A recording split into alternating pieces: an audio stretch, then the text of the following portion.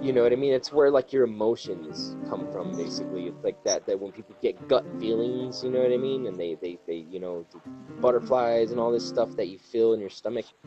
All of that stuff is produced like from your kidneys. You know what I mean? This is why there's such a link between your brain and your kidneys. Your brain and your kidneys are actually very much linked together. Whatever affects one is going to affect the other.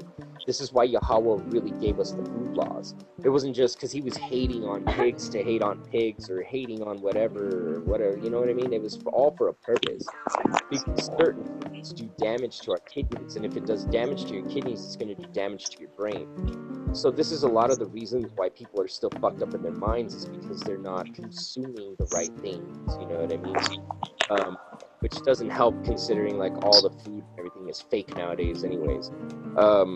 But that's partly of why back in the day Yahweh had those food laws and has those food laws for us, is so that we don't fuck up our minds, you know. And the same thing with your brain. If something's affecting your brain, it's going to shoot down and affect your kidneys, which is then again going to affect the rest of your body.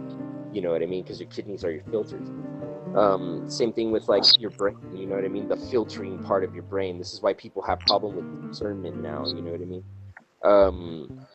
So, and it's also a tool that's used to get things done, because certain emotions are meant to get things. There's a time for everything, you know. If they're getting angry at idolatry and you know, and false way and all this shit will help, you know, take care of these things and like stuff like that. Like back in the day, like Josiah got angry with everything and cleared out all the abominations that were in Israel.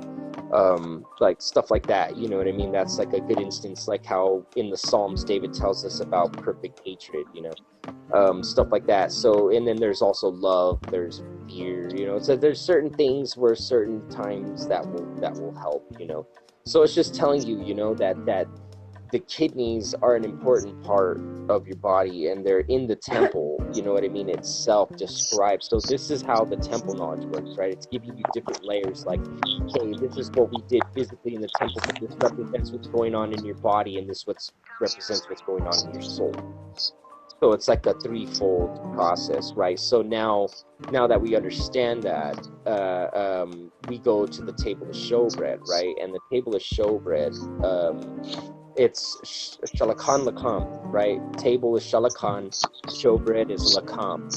Now, you know, you could break those down individually. You know, lakam, you know, is triconsonantal root and all this stuff. But the thing is with Hebrew, what a lot of people don't teach about Hebrew is when you're breaking Hebrew words down, you always want to